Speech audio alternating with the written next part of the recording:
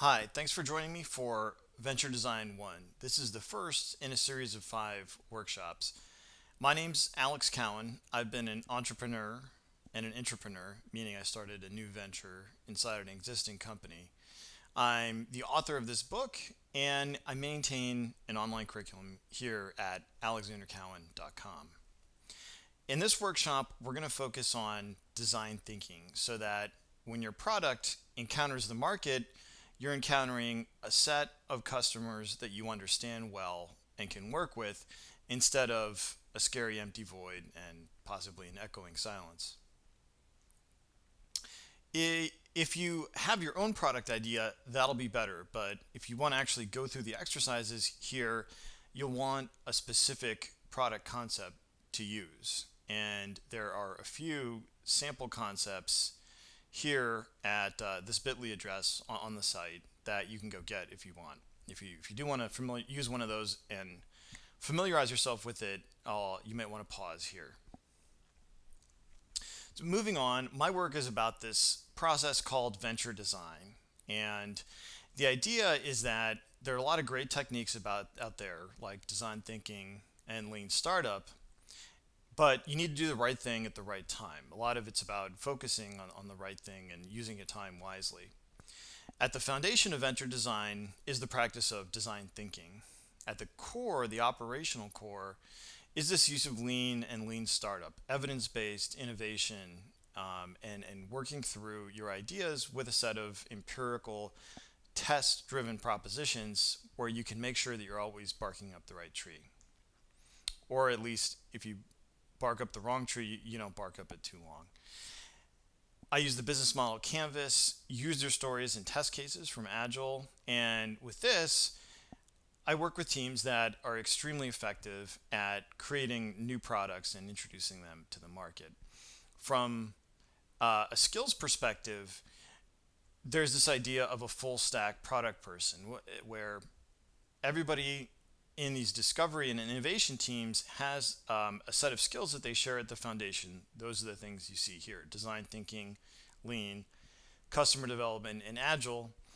Everyone has a basic degree of technical literacy, not necessarily the ability to code, but at least an understanding of kind of how a piece of software comes together. And then on top of this, individuals will have their own various specialties. So a lot of the material here is about this skills-based approach to innovation where everybody has this shared skill set they can use across boundaries of expertise to collaborate on successful innovations. I get the question a lot about design thinking. If it's so great and if it's so obviously the best way to do things, why doesn't everybody just naturally do it? And I think it's a really good question. And the answer is we're wired to a certain degree to want to compel others to our ideas and actions. It's just part of our long standing emotional chemical makeup. But it turns out that this rubric of design thinking is a much more effective way to work with teams and produce new products that customers like a lot.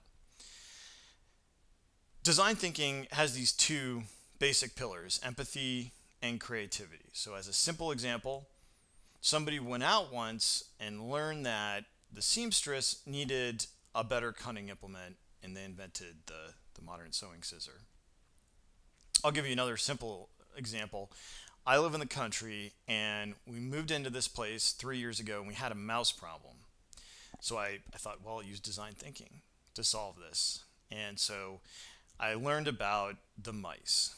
First, I learned that how they get into the house, the types of entrances that they commonly use, little holes in the side of the house and the grating and whatnot. I learned that, and this is a little gross, that they urinate as they walk along. They have no bladder control. That they prefer the edges of walls, makes them safer for walking around. They're very speedy. They can evade the typical wooden Tom and Jerry mousetrap that you see at Home Depot.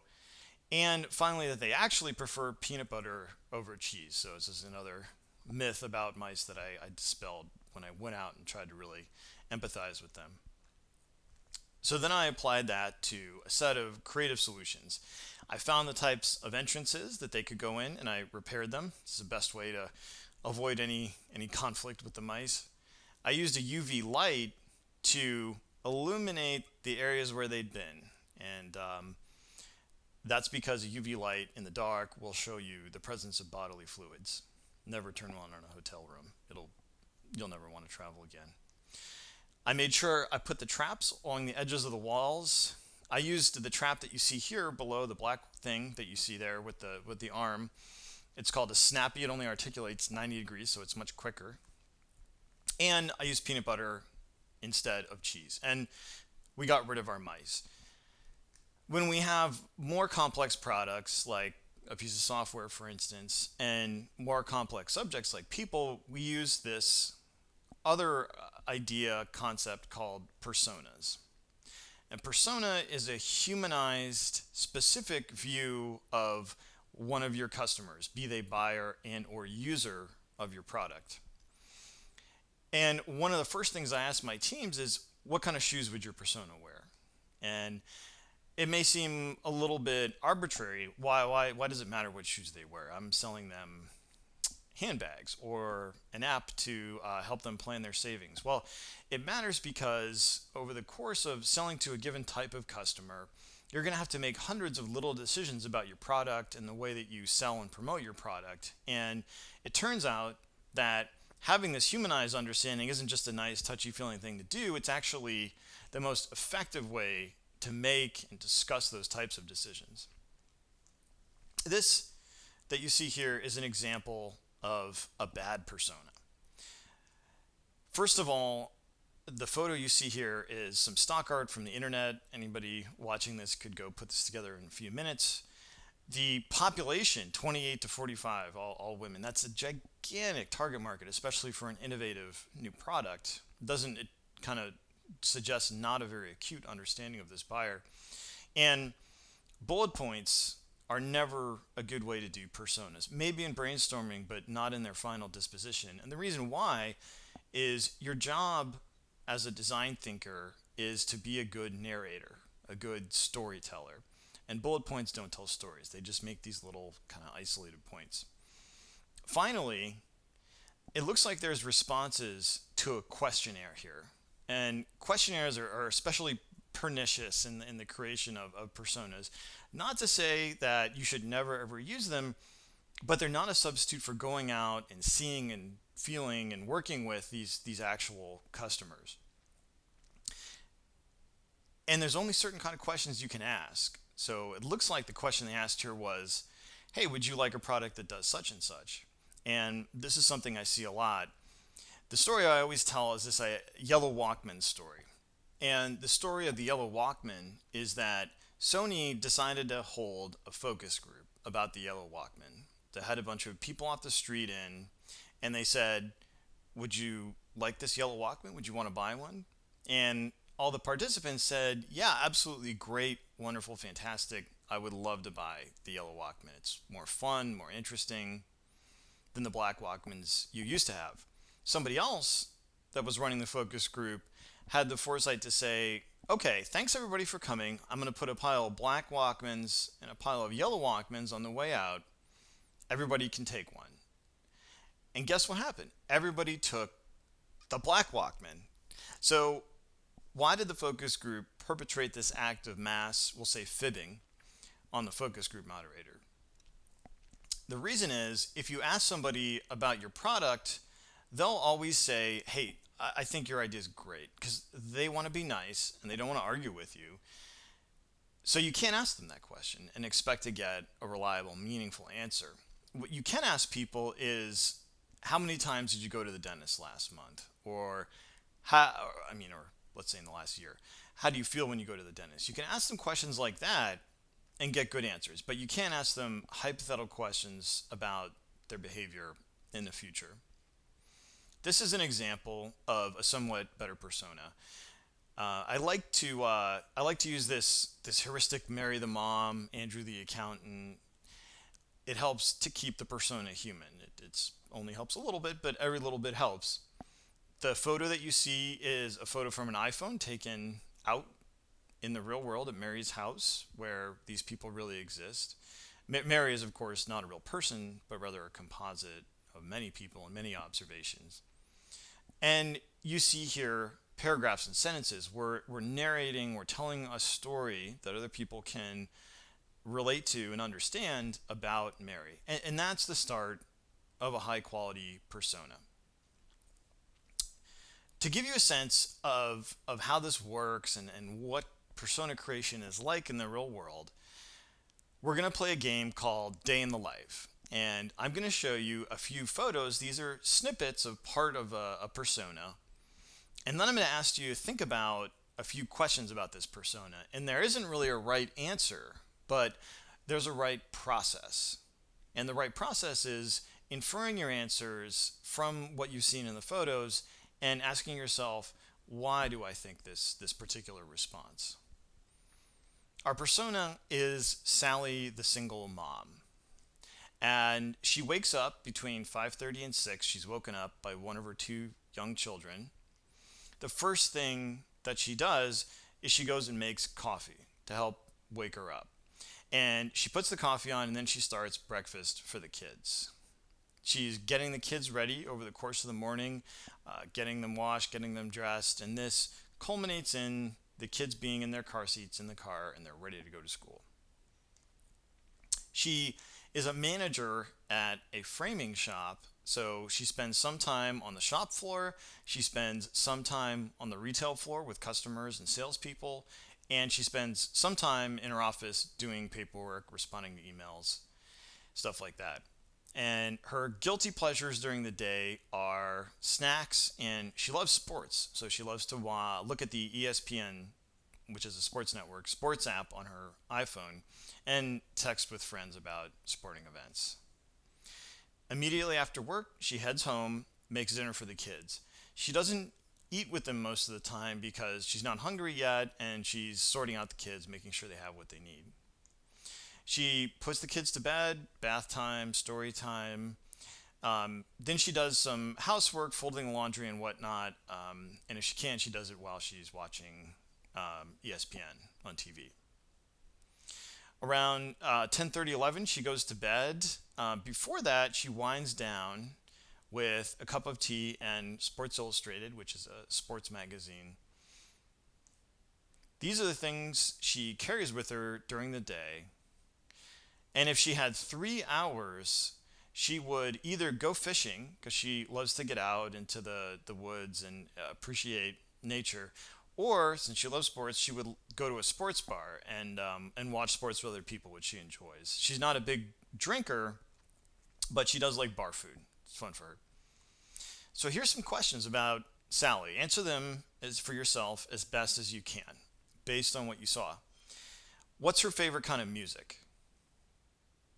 And who's her favorite band or composer?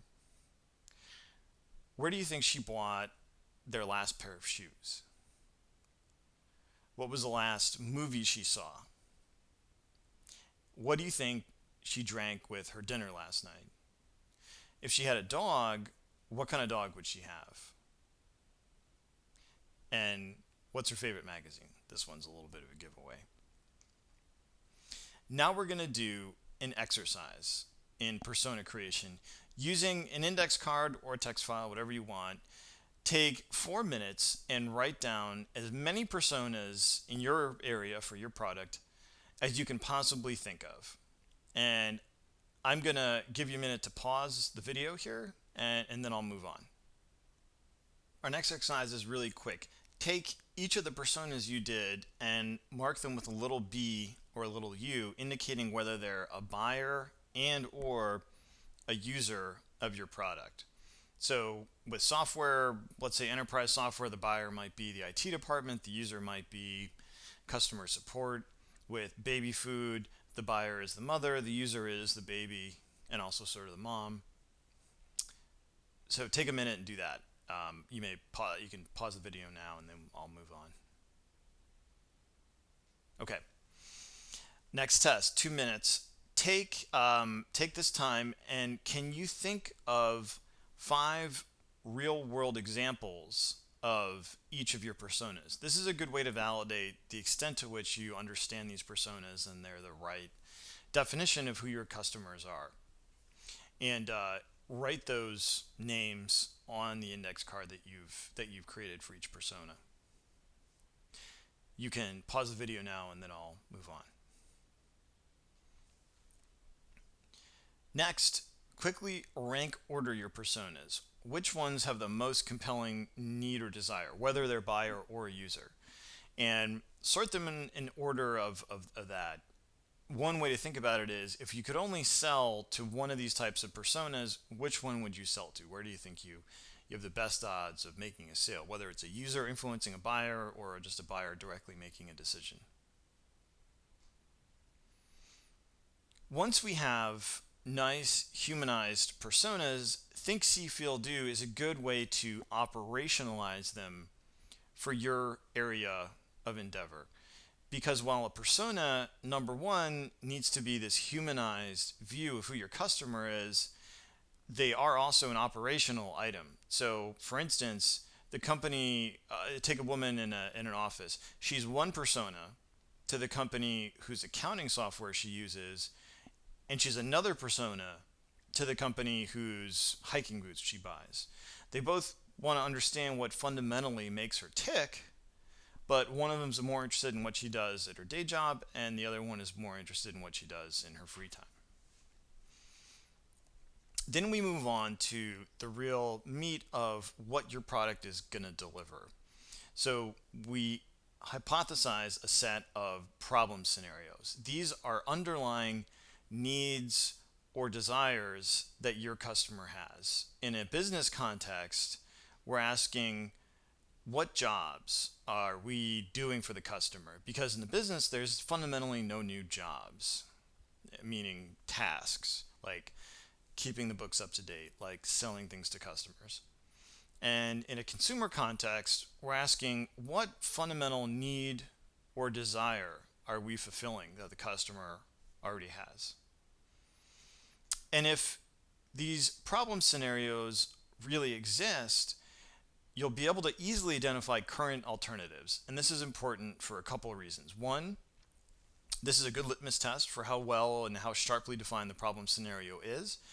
And secondly, you're going to be asking yourself, is my value proposition better enough than the alternative, and how can I test that to see if I'm really right or not? In terms of researching alternatives, in an enterprise context, you might say, be building an enterprise application that replaces a bunch of spreadsheets. And if you are, I would go look at those spreadsheets, see how the customer uses them, look at the language that they use in those spreadsheets to talk about the individual heuristics and things that they're dealing with in the spreadsheet. And in a consumer context, let's say you're going to create an app for parents to distribute allowances to their kids. Well, try to go where the customer lives and does these things. So if they make notes on the fridge about the kids doing their chores, take photos of those while you're talking to the customer or prospect.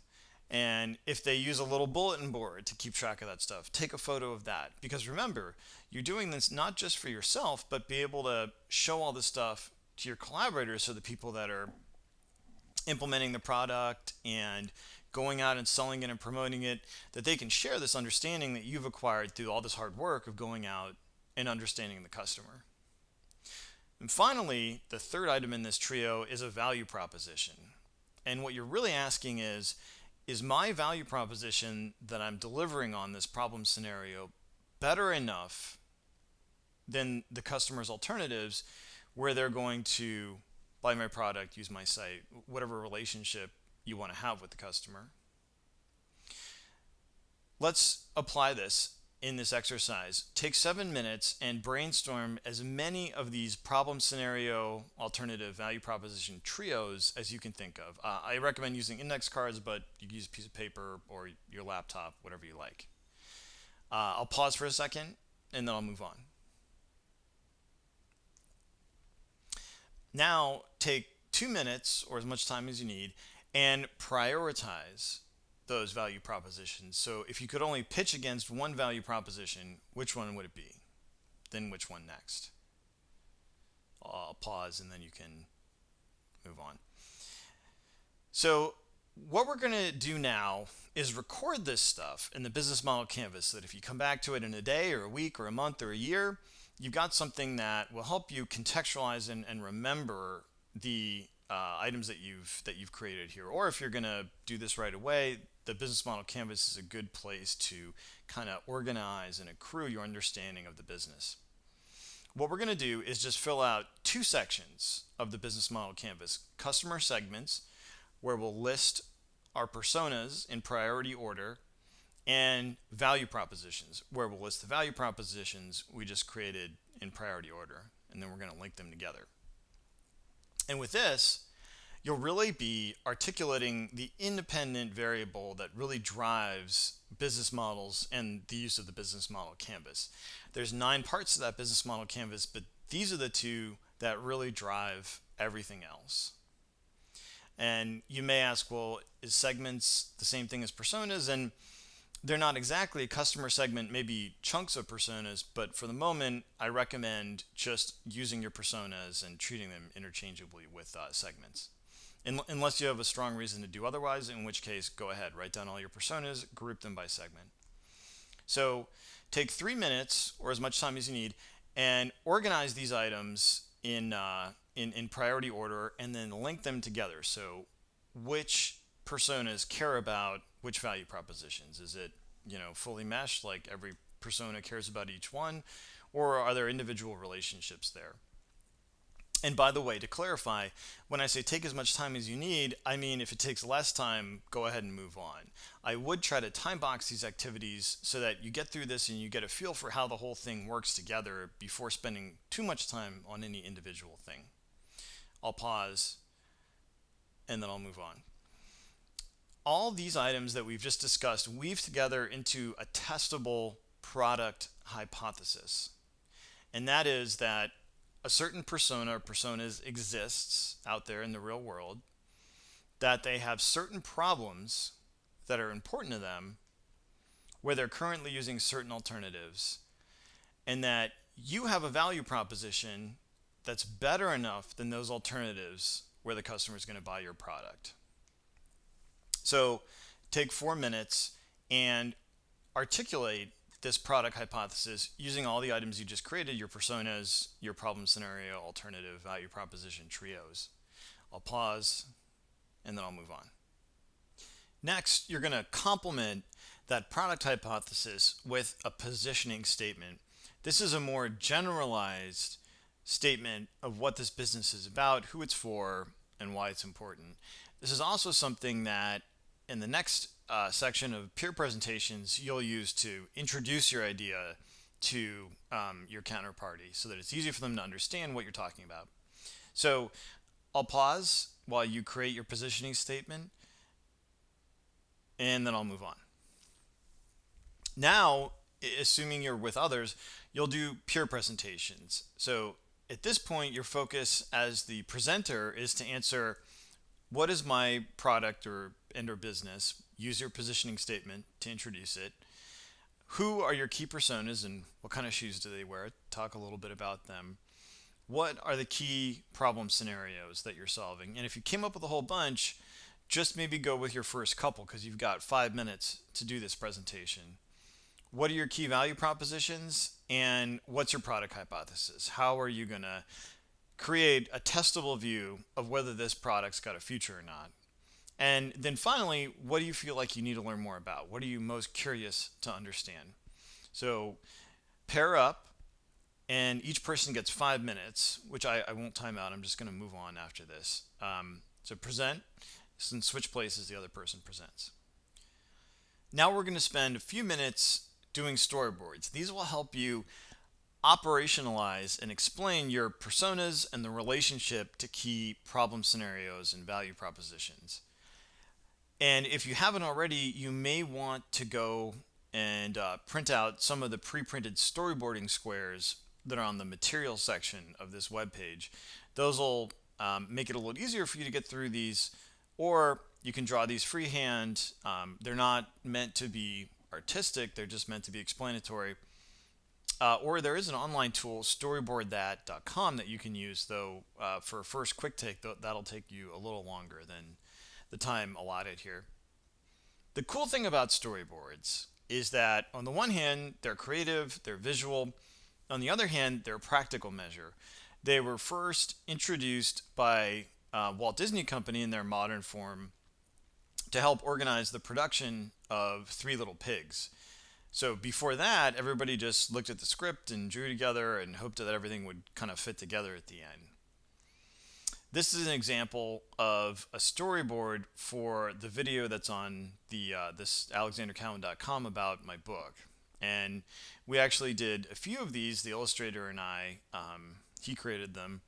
And we made sure that we had something that was he understood and was what I had wanted before he went through and detailed and spent a lot of time doing the actual animation. And so the nice thing about storyboarding is that as a writer, you really what you learn is to be a good storyteller. As a developer, if you have that training, you learn to, among other things, to think in a very sequential way. And as a designer, you learn how to present and think and explain yourself visually.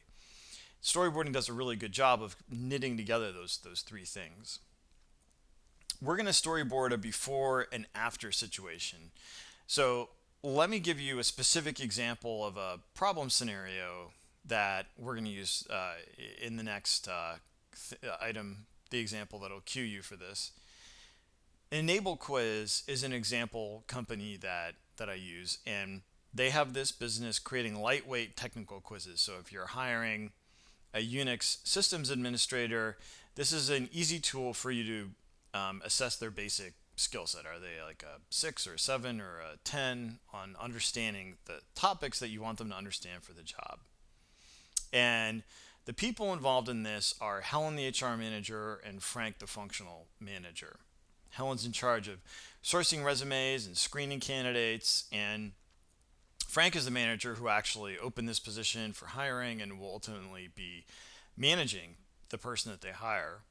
For Helen, the key problem scenario is since she doesn't have this engineering training, it's hard for her to screen the candidates herself for skill sets. So her current alternatives are that she calls references or just takes their word for it. And the value for her is that we're going to give her the ability to do a really good job of screening candidates and send fewer candidates downstream to Frank, who's really busy, that probably aren't ultimately going to be a good fit for the job. With Frank, his key problem scenario is he doesn't have that much time to do these interviews. He's never got as much time as he likes, and he doesn't want to be a jerk sitting there grilling people. So he currently asks them a few probing questions, excuse me, sometimes, or he just takes their word for it. And the value proposition for Frank, the functional manager, is that he's going to spend less time doing interviews and he's going to get better outcomes, better candidates. Let's go through a simple example storyboard. We'll do 3 panels about the life of an Enable Quiz customer or representative company. And then we'll do 3 panels afterwards where they're having Enable Quiz's value proposition delivered on their problem scenario. So in the first panel, Helen's interviewing a candidate. He wants a job, so he says, yep, sure, I know this stuff. Whatever, I'll figure it out. He's thinking maybe. Then this same candidate interviews with Frank. Frank doesn't want to grill the guy. He seems like he knows things. So they go ahead and hire him. And then they get to this bad situation where the candidate isn't a good fit, and now it's a big mess for everybody, including the candidate. And this is using their current alternatives of maybe calling references, maybe asking a few questions. Often they get candidates that aren't a good fit, and they spend a lot of time. Afterwards, Helen screens out candidates that aren't a good fit, skill set wise, for the position. Frank's able to sit and spend more time with the candidates that he knows are already a good fit for skills, and he wants to see if they're a good fit mutually at the company with his team. And he's getting better outcomes. He's more reliably hiring candidates that are having the right skill set and also a good cultural fit for the company. So this may seem a little simplistic, but I guarantee when you go through this, it'll really help you think about the extent to which you understand your personas, your problem scenarios, and the life of your customer. So at this point, take 10 minutes using whatever means you want, create a set of storyboards. 3 panels for the before situation where the customer is dealing with the problem scenario of interest using their current alternatives. And then 3 panels where they're dealing with that same problem scenario, but now they've got your value proposition accessible to them. I'll pause and then I'll move on. So we've covered primarily this rubric of design thinking. And the great thing about specifically the use of personas in design thinking is that as you're making stuff and as you're selling stuff, these personas can serve as a shared basis for key decisions you're going to make about all that.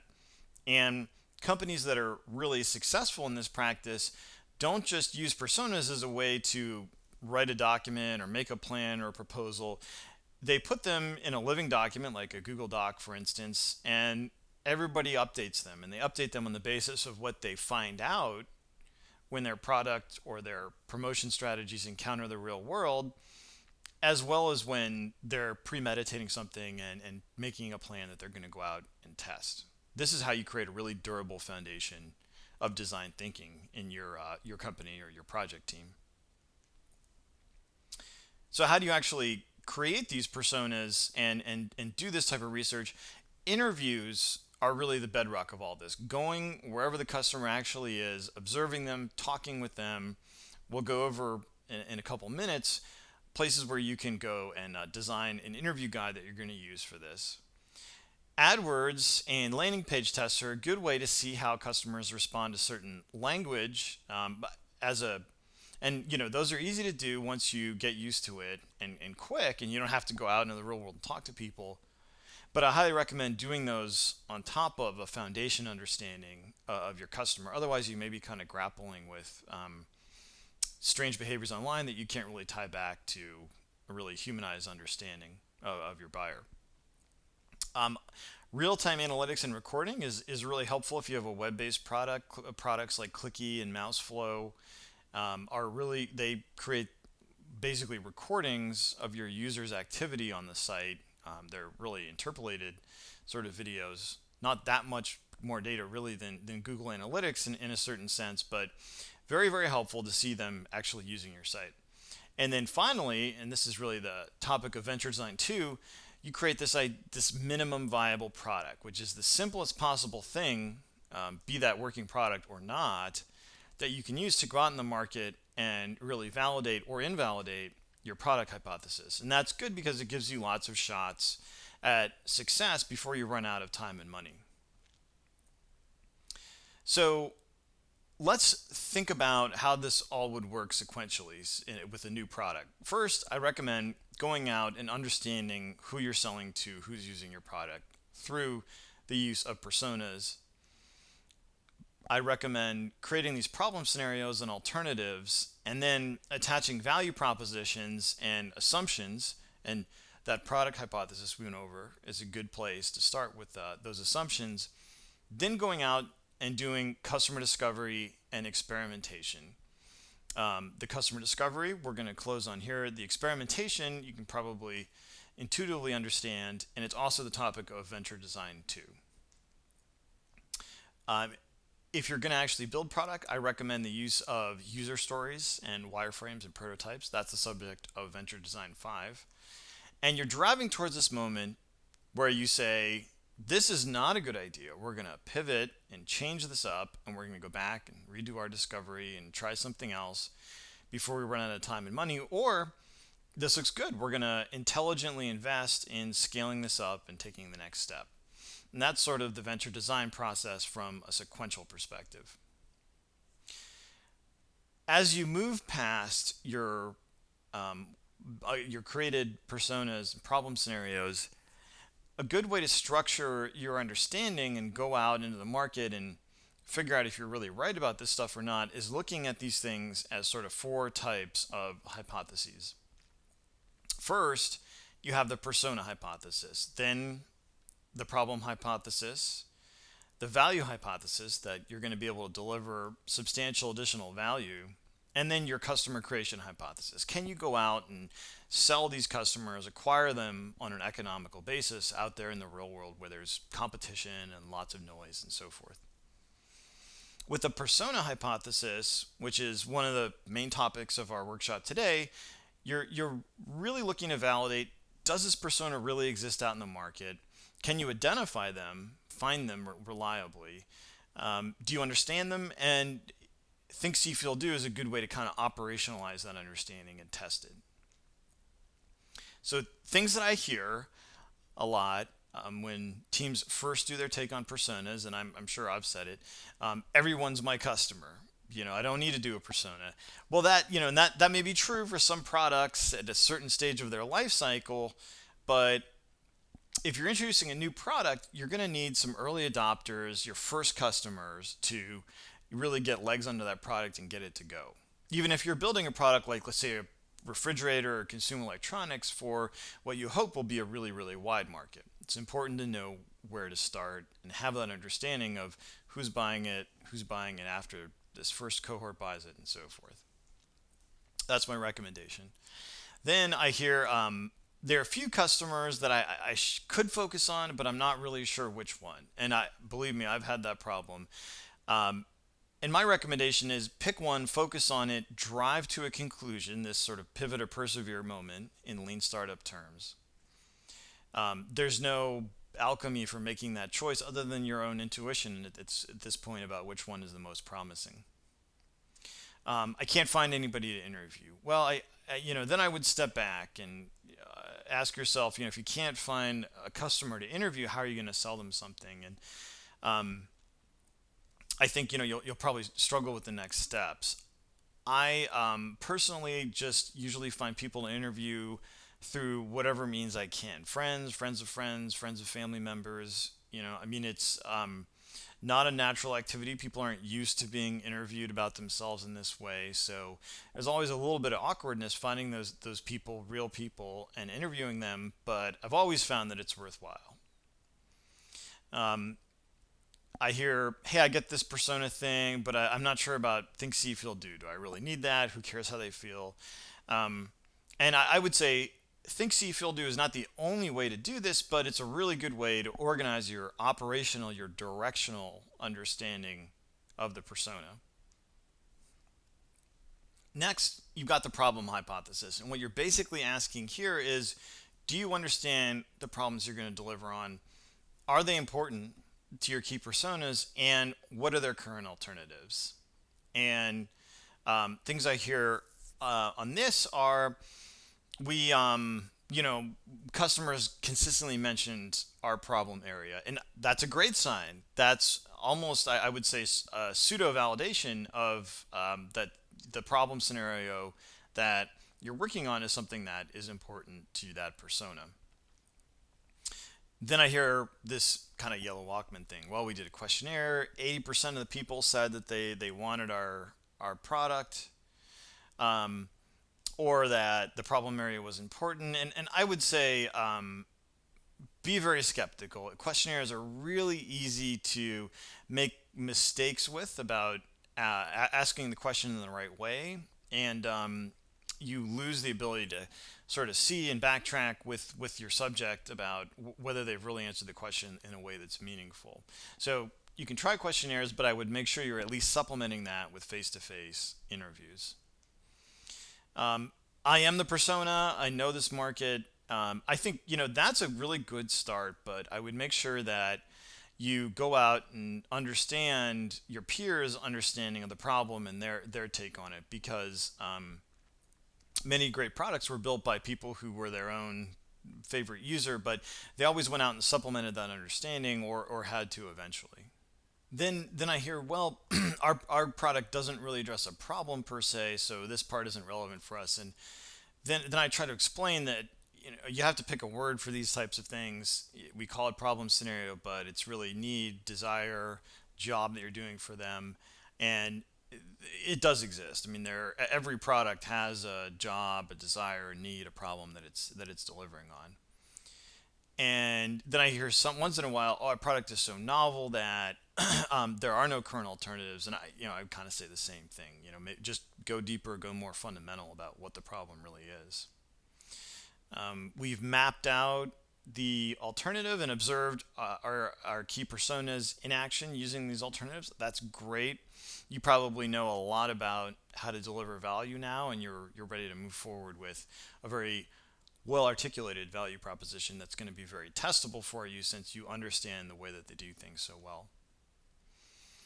Then we have the value hypothesis, which is the value proposition we're delivering better enough than the alternatives, and does the customer feel that way? How obvious is that to them? And here, avoid the yellow Walkman thing. And if you do a concierge test, and this is something that we'll talk about a lot more in venture design too, but this is basically hand creating the experience for the customer instead of actually doing it in software or whatever final implementation you're going to do. So, for example, if we were going to make a talking bicycle compass that helps people navigate, we would go maybe put in a phone call to an iPhone, duct tape to somebody's bike, and duct tape a mic and a compass to the front of their bike, and manually give them directions on a trip. It's not something you would ever do as a business, but it's a way to see if that experience was meaningful or helpful for them. And this is a great way to validate value and make sure that you're on the right track to building an actual product MVP. Then I hear, hey, well, we did it. It wasn't really conclusive. It kind of seemed like they liked it. And, I would say a lot of the time, your first concierge experience where you're kind of taking the customer through the experience, it's going to be a little rough around the edges. So make sure you've done it a few times and you feel like you're kind of good at it at this point before you conclude anything. And then not all results are super conclusive in this approach, even though you're doing a lot of learning along the way. So use your judgment, see if you feel like you're getting other good validation signals. And if you're not, then maybe you should pivot and try something else. We made a bunch of pre-release sales, but they're non-binding. The customer is not contractually obligated to buy. I would say that's okay. I mean, the customer is still exchanging something of value, which is the potential nuisance that you come back to them and say that they signed something, and so on and so forth. So I think that this is of course for kind of B2B business stuff, but if you get a non-binding letter of intent, that's still meaningful. The customer wouldn't do that if normally unless they had some level of interest or intent with you. Then I hear, well, we couldn't make any pre-release sales, and then should we pivot? Is this idea bad? And I think you have to peel back the onion. Why didn't they want to do it? And people will say all sorts of things when they say no. If you think that it's because they didn't fundamentally have the need and they don't, the problem scenario you think you're solving doesn't exist, that's bad. I would rework that. But make sure you understand what's behind it and make the decision on that basis. I hear, hey, we did Google AdWords tests and the results were great. And my response to that is terrific. That's a good indicator that the problem exists, your proposition is relevant, and you have a recipe for customer creation that looks like it might work well. In the reverse situation, I would say, there's a lot of things that you may not have visibility to that are meaningful. So what happens when you try the same pitch out in the real world? And I would make sure you're tying those two things together before you draw a conclusion that you act on. We have the customer creation hypothesis, and this is basically, can we get the customer's attention and ultimately sell and retain them and get good word of mouth sales? And most of these results are actually pretty definitive. You're trying to sell somebody something, which is always a really good test for any new product. And we're going to talk more about that in venture design too. If you're not familiar with it, the 4 steps framework introduced by Steve Blank is a good way of thinking about where a product is in its development, from idea to scalable product that lots of people want and can be sold on a reliable recipe. So if you're watching this workshop, likely you're in this customer discovery phase where You don't necessarily have assumptions yet. You're learning about your buyers, your personas, and your job is to be in very close contact with them. That's our agenda for today, and you can see here the rest of the items that are available in the Venture Design series. In terms of specific next steps, I recommend drafting a set of personas. And at the bottom of this slide, there's a bit.ly link to a template where you can find preset tables and whatnot that may help you get started. They lay out think, see, feel, do, the problem scenarios, items like that. I would write as much as you can based on what you know, but don't push yourself to write beyond what you feel you know and what's relatable. At that point, stop, and that's the point to lay the other items out and then begin your outbound customer discovery in the real world. Two, I would lay out the rest of the problem scenarios. Three, I would get comfortable with that product hypothesis and positioning statement, which you may already be, and that's fine. Again, I wouldn't spend too much time on any of these things at this point until you go out and start validating them with your real world experience. And then finally, and maybe most importantly, I would complete the interview guide that you'll find in that same template. This is something that'll help you guide your questioning, but not dictate it because you want it to feel like a natural conversation for when you go out and you interview prospective customers. In terms of other workshops you can use, there's a workshop day in the life it's an extended version of the day in the life exercise you saw here. The next workshop in the series is about evidence-driven innovation, including a lot of the lean startup type material. And the workshop after that helps you use the Alex Osterwalder's business model canvas to lay out and articulate, describe your business model. And then the last workshop has to do with preparing all these materials as inputs for actual product implementation, software creation, items like that, using agile user stories and wireframes. This is the page for the workshop itself. This is where a lot of the venture design tutorials, examples, and templates sit. Startup Sprints is a program for you to work with your team to go through this material in a systematic way. And this is my contact information. I hope you'll consider trying out some of these ideas, and I hope you'll let me know how they work out. Thanks for joining me.